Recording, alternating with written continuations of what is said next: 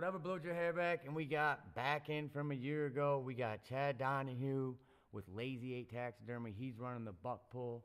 And we got Josh Brzezinski with Fuel the Heritage. Is always a great guest to have on. And if you want to give a little shout out, guys, and say what's going on and introduce yourself from last year, go ahead and grab the sticks right now. Yeah, absolutely. Bear with me, I'm getting over a cold. But yeah, I'm Josh with Fuel the Heritage. We kind of jumped in last year and helped Chad out with the first year of the buck pole. And he wanted to ask me if I'd come back this year and help him out a little bit. But he is definitely spearheading the whole thing. So we'll throw it over to him and let him explain a little bit of what we got going on here. First thing we wanted to say was that we just appreciated all the support last year. We were overwhelmed with the amount of buck entries and just participation in the community in general. We raised a lot of money for the Veterans Club and the Sterling Sportsmen's Association. Yep. And it was a wild success, and this year is stacking up to be an even bigger adventure and event than it was last year. To go back to that real quick, you said the Sportsman's Club. Yeah. So those two organizations, that's all the proceeds going to them again? Yeah, all proceeds go to directly to the Veterans Club and directly to Sterling Sportsmen's. Thanks. I'll work on getting some of these sponsors pulled up, you guys. I'll get the veterans pulled up, see what I can do. So you guys just keep going along, and I'll drop in the screen. For sure. So yeah, last year, like you said, was a lot bigger turnout really than we expected for doing our first year. But I feel like a buck pole is something that Standish has been lacking for a long time. There's been little ones here and there, but one big one to focus on. There just hasn't been that in a long time. I think people really were excited to get back out to a big buck pole and just get in that camaraderie and hear the stories from that first day of hunting. And so this year I think it's going to turn out, even bigger than last year for sure. I just hope we have room on the pole. Yeah, well, and the pole is bigger this year. So this year we've got 70 feet of buck pole that we're hoping to fill. And we want to just encourage everybody to come out. It doesn't matter what size of buck you have. Obviously the big ones are important, but even a doe, there's prizes. Yeah, you got prizes for all does, spikes, fork horns. We'll go over all the categories here in a little bit, but first thing I think we're going to jump into is hitting on some of these bigger sponsors. We have so many sponsors this year that there's no way we're going to be able to cover them all. So we're going to hit on a handful of the bigger ones. But Chad is going to put together a full list of all the sponsors, and he'll have that posted on his Facebook page.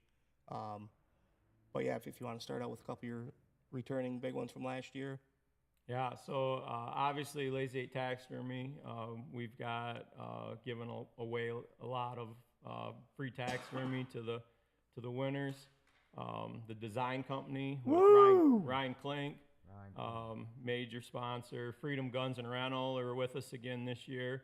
And then, of course, Standish Milling is a huge supporter over there. Corey with his Pops Loose Moose and his Northern Edge, major supporter for us on there. And we appreciate all those guys because we can't do that stuff without the support. Do we have any new big sponsors this year? We got some new big sponsors this year. One of them is Rich Sullivan, Sullivan Exteriors. Yep. And then I just got done talking with Frank's Great Outdoors yesterday, and they've come in with a tremendous amount of support, which is really appreciated for us. So excuse me. I got Sullivan's Experience. This is Sullivan's Exteriors LLC right here. Shout out to these guys.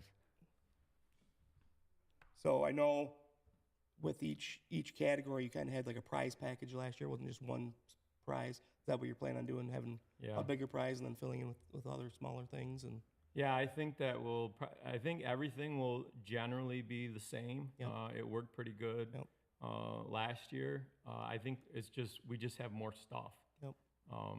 We've also got more events at the buck pole itself.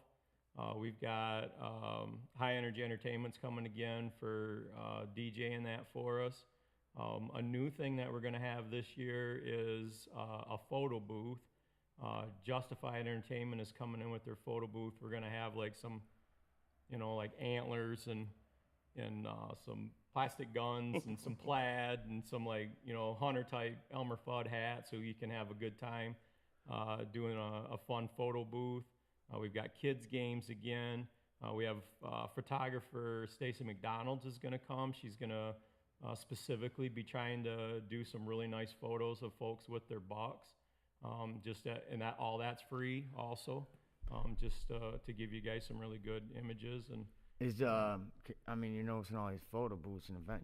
Chicago Fabrications, we build the best event booths out there.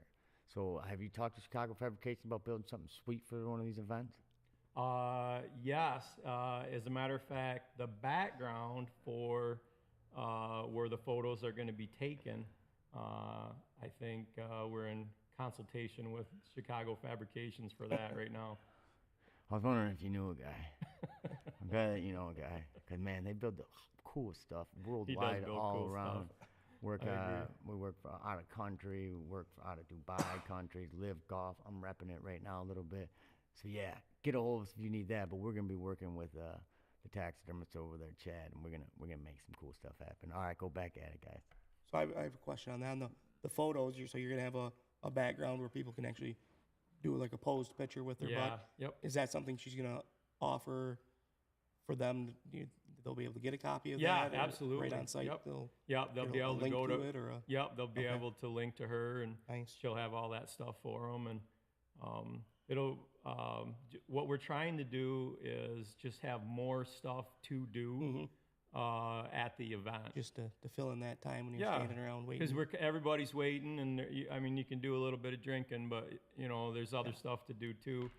This year we're also going to have some vendors on site, and you'll be able to talk to those folks too. So it's just the general vibe of it is just a little bit more busy and a little bit more to do. More of an event. More of an event. Yeah. Lots more stuff happening. Because we want to get whole family involved, kids That's there. right. We want everybody there. That's important. Is kids, family, everybody comes out.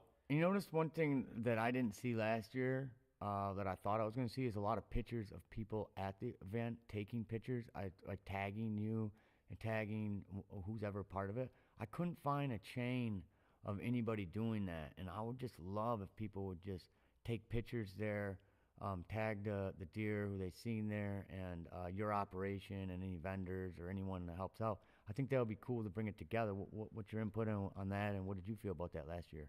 Yeah, no, I agree, and the whole idea is a sense of community, and I think the more that those things get shared and spread around with the community, that's really what we're trying to build, is this sense of community in a true community event.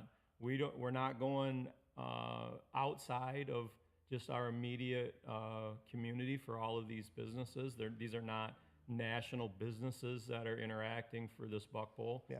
Every sponsor that we have is a locally owned business by a local person that just felt like it was really important to get involved and be part of this community event. And that's the underlying thread of it. It's amazing to me how willing the community is to donate for stuff like that. Like we did our youth hunt this year, and I mean it's just getting exponentially bigger every year. But the prizes we got donated this year were unbelievable compared to just the past year. So the community support for this kind of stuff is unreal. Yeah, very generous. Yep. So, cool, guys. Sounds like you guys got a good wrap on things. Is there anything else we got to tell the people that is important? I've seen Josh, you had another thing you want to touch on. What's your food situation this year? So Veterans Club will be providing food again.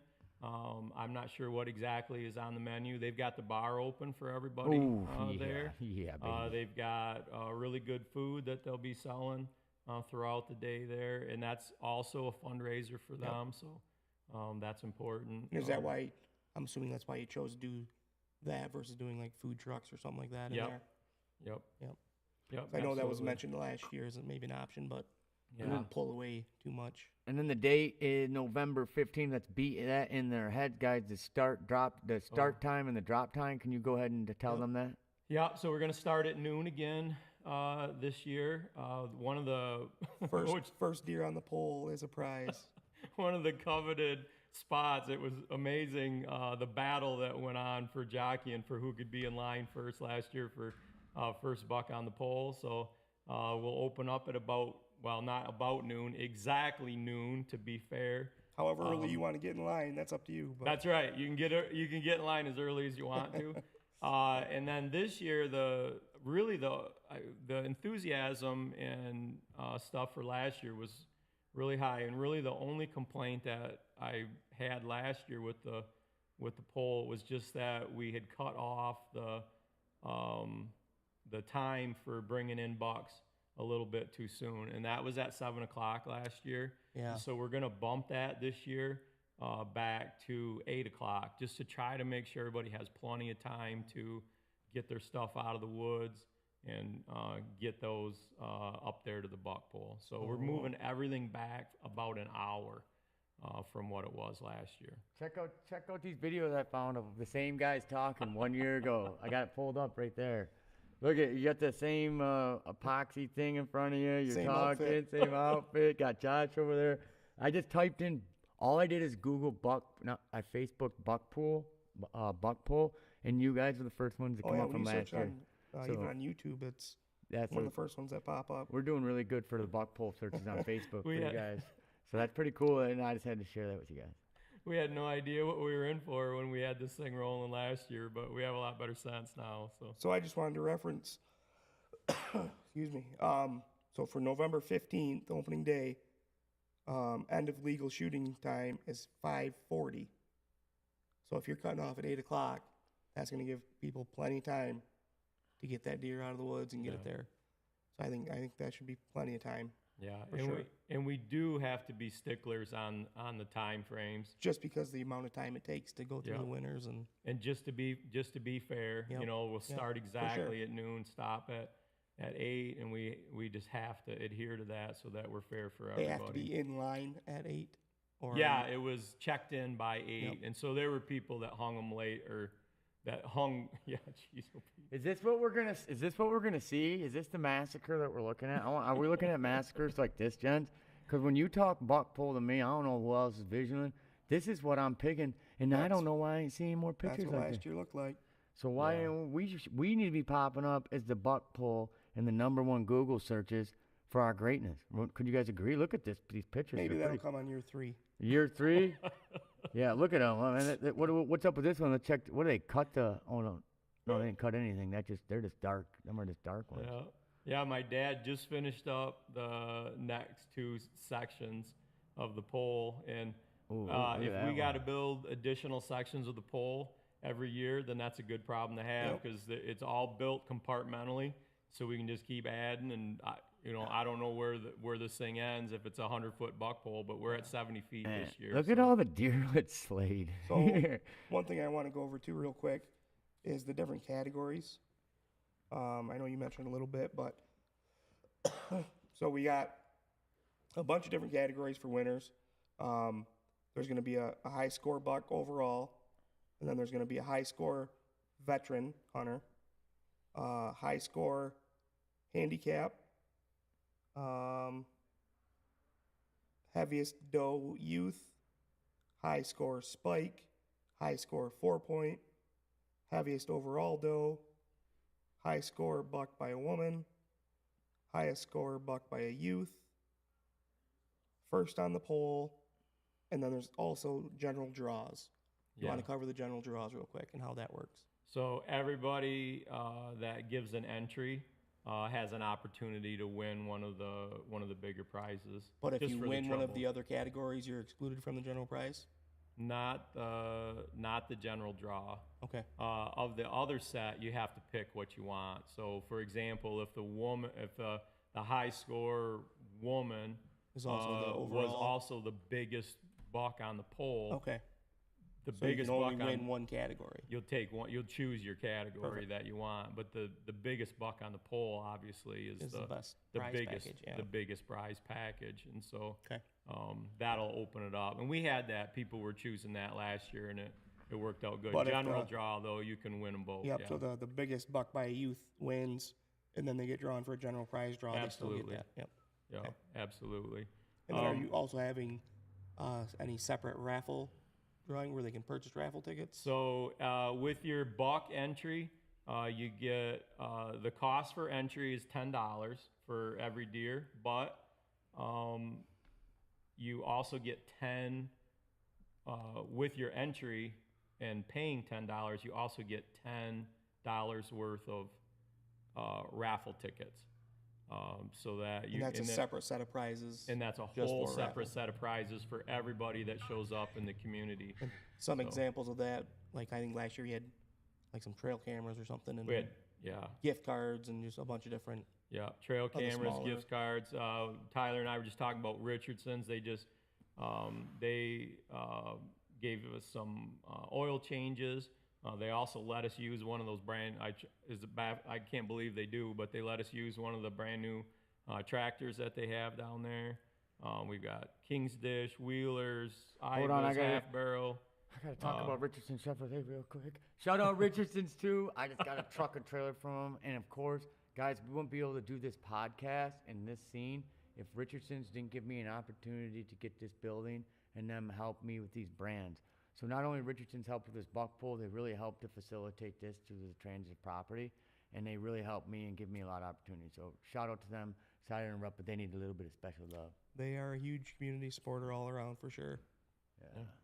So Great vehicles, great prices. You can go back at it. Sorry, Chad, I interrupted you. I think you were listing off the sponsors and you're towards the end, and I apologize. No, I love that. I mean, that's what we're talking about, right? Like we want that sense of community, and that's what we're trying to build here in this town. And this is just a part of it. There's other ones working on other things, but that's a perfect example of the ripples of positivity that we can get out of a community event like that, and community support. So I know a little different last year, since the 15th, I believe, was on a Friday, and we did the buck pull on Saturday. Yeah. You had 2 days to get your buck or your deer, but this year with opening day being on Saturday, you only have that 1 day. So you better get out there and make it happen. That's right. But no, I think that most buck pulls are that first day generally, anyways. Yeah, they are. We just kind of lucked out this year with it being on a Saturday.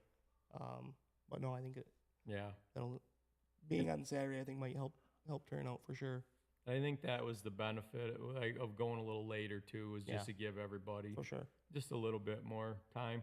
And then speaking of the buck pole, we were just at Sequins with Tim Pilot there, and they donated all the wood for the additional parts of the buck pole.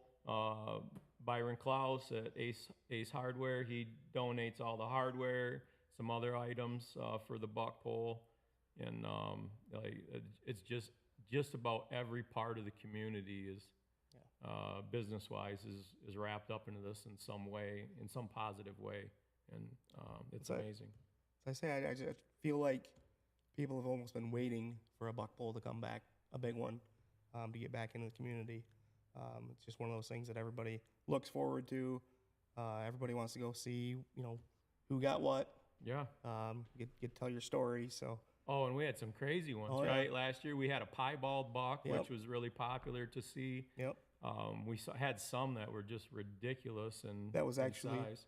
That buck was actually shot earlier in bow season and wounded. Yeah. And the kid that was there. Yeah. Yep. Or that Forgot had shot about it that. was there and actually got to see the buck that he Yeah, had lost. That's right. Yep. Yeah. So no, you never know what you're going to see at the buck pole. No, it's just amazing. I was shocked at the quality of some of the bucks that came rolling in. We had some really nice bucks there last year. Well, heck, back when we were kids, your average Aranet County buck was a 4-point or a spike, Yep. and you're right, like the amount The big 4-point might have been the big buck on the buck pole. not anymore. No. I mean, there was ridiculousness on that pole last Yep. year. That one looked like a moose. It was crazy. Yeah.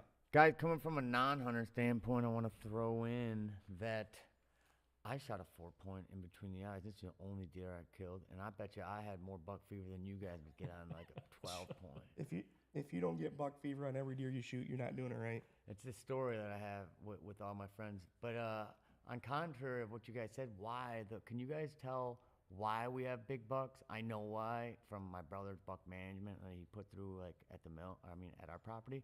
Could you maybe elaborate on some of the guys that you know that care about the buck management program, and that's the result that we got these big bucks in here for to get these hunting stories, baby. Yeah, and I mean, on my end, there's absolutely nothing wrong with shooting a spike horn or a 4-point or whatever you want to shoot.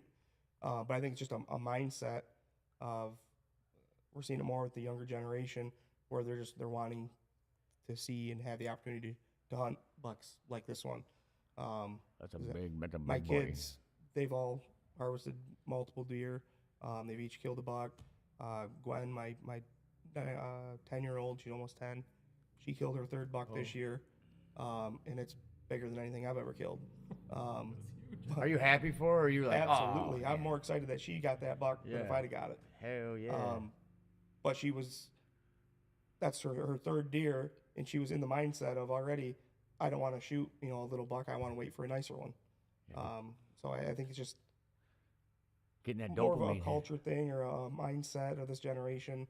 I think it's almost a little bit to a detriment to where some people on social media, whatever, can talk down to people about shooting a little buck, which I think is ridiculous. Yeah. You shoot whatever you want. Yeah. It's your buck, it's your tag. But I am definitely all for proper management and trying to get Michigan to be a big buck state, and a state people want to come and hunt, and I think it's definitely trending in that direction. Definitely way better than when I was 12 years old. You're lucky to see a 4-point or a 6-point. But no, I think it's definitely trending in the right direction. But anything you want to add in on that? No, I mean, everybody loves seeing big bucks, but we all on the pole. I mean, that gets a lot of attention, but we want everything on the pole. 100%. It doesn't matter if it's a doe, a spike or whatever. You bring it up, you've got a really good chance of walking home with a nice prize with that deer and get to show it off to everybody. And we want every size buck. We want every doe that we can have on there. That was one thing that we were missing last year. We'd like to have some nice does on that pole, and to get some awards for that. So it doesn't matter what you've got. You just bring it up to the pole. We'll hang that sucker. Just off the cuff here, what do you think about adding a category for first deer? Oh, that would be a cool idea. So if somebody harvests their first deer, they get put in, and it can be just a draw for a first deer prize. Yeah, I like that idea. Yep, I think that'd be so. an easy one for us to do too. So when you come to the buck pole, that'll be one of the questions asked: is this your first deer? And if so, you get an entry into the first deer category. Yeah, I like that idea. So if you want to make a note on that, but I just thought that'd be might be something interesting. Just encouragement too. Yeah, you know. I mean, that way if you do only shoot a little 4-point and bring it out, because if you still are in the running for multiple, Well, last year we had kids that were getting their first deer, but we had like maybe not senior citizens, but like full adults that had killed their first buck and had it on the pole also. You know, so like that experience isn't even age based. You know, that's something that only happens once. So if you get your first deer, bring it out, and we'll do a first harvest. Guys, we're cutting short on time here. I'm wondering if you guys want to wrap it up and make sure we told the people what we were going to tell them, and then we told them, and now we're going to tell them what we just told them. If you can go ahead and tell them what we told them. I just have two. We had two of our bigger sponsors I wanted to mention. One, we were talking about this buck right here. Woo! This buck is Brandon Nichols, but he's from Nichols Timber. Major supporter for the buck pole. They're out of Whittemore. And then one of the coolest, I just talked to him the other day, but one of the coolest prizes that we gave away last year was from the Malash handmade knives. And so this is a friend of mine in Gladwin, He hand makes knives. He's nationally renowned in his knife building, and I think those were two of the very coveted Yes, for sure. prizes that we had last year. So we don't want to forget those guys. So just a quick recap. November 15th, noon till 8 is registration time, right? Mm-hmm. Prizes and drawings and all that will take place as soon as we can after the 8 o'clock check-in time. Most likely it'll be probably about 9 o'clock, 8:30, 9 o'clock. Probably 8:30. Yep. Plan on being there for a little while, but we will have food and drinks available, different events available. Bring the kids, bring the whole family. Regardless of what you harvest, bring it in because you might win a prize. Even if it's just the general raffle prizes, there was a ton of great general raffle prizes. And anything else? You guys got it covered. I think the list. just the last thing to mention is, again, all proceeds Yes. from this, they go directly to the Veterans Club, which they're, one of the pillars of things in the community as far as things going on. And then the other one is Sterling Sportsman's Club. And again, those guys, they've got all their youth events and the squirrel hunt and the kids' sucker tournament and things all throughout the year. So, I mean, these are two entities in our community that are always putting good out into our community also. So this is just a really good way for all of us to celebrate the harvest of rifle season, and then also support these guys and support, give a nod to all of our community supporters too, I think. And another big thing too is the DNR most likely will be on site at some point. Yep. So make sure you have a tag on that deer when you bring it in. Yep. I actually spoke to our officer the other day. He said everything to be legit. Absolutely that they'll be there. We are right next door to the building, so. The biologist. Yeah, I mean, come on, you got to put that one together, guys. The biologist will be there doing deer aging. Nice. Also. And then also Aranet County Sheriff will be there. They were there. They had quite a presence there last year, and we had a great time with them, and they were really supportive and helped us out a lot there too. So we used about 2 miles of caution tape. All right, guys, got it all wrapped up. I think we're good. Yeah, I think we got her, Tyler. I think we got to say thank you to Tyler. Yes. Also, we really appreciate you. We couldn't do this without you, and man, this is a smooth operation you got here, and we really appreciate it. So thank you, Tyler. Yeah. Sorry, I switched it back. I'm switching here too, guys. I'm finding like 5 things over here. And what's up, guys? I'm Tyler with Whatever Blows Your Hair Back, and I love having in the community here, Josh mentioned from high school, and Chad coming in here. So you got Fuel the Heritage, and then you got Lazy 8 Taxidermy. And this Wednesday, we got some fun coming in too. We got more podcasts, more local businesses, community, and we look forward to sharing with them. So shout out, guys. I'm Tyler with Whatever Blows Your Hair Back, and thanks for tuning in. And give some love to my my guests right here. We're signing out of here, guys. Give them a shout out, wave out, and we Thank you, are Tyler. signing Thank you very off. much. Looking forward.